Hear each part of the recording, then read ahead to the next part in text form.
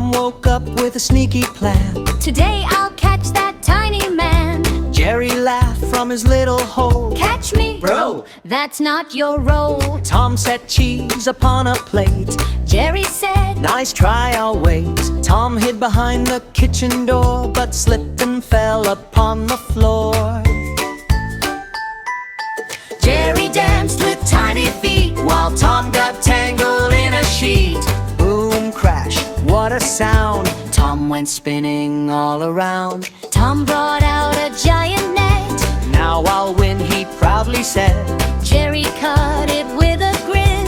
Better luck next time, my friend. Tom used rockets on his back. Zoomed ahead on Jerry's track.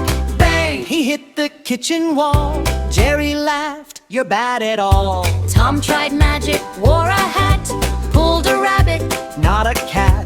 Jerry clapped and took a bow. Who's the magician now? Tom got angry, face turned red. Steam came puffing from his head. Jerry chilled and sipped some tea. Relax, just watch and learn from me. Tom then painted fake cheese bright, thinking Jerry couldn't fight. Jerry swapped it with a shoe. Tom said, this tastes weird.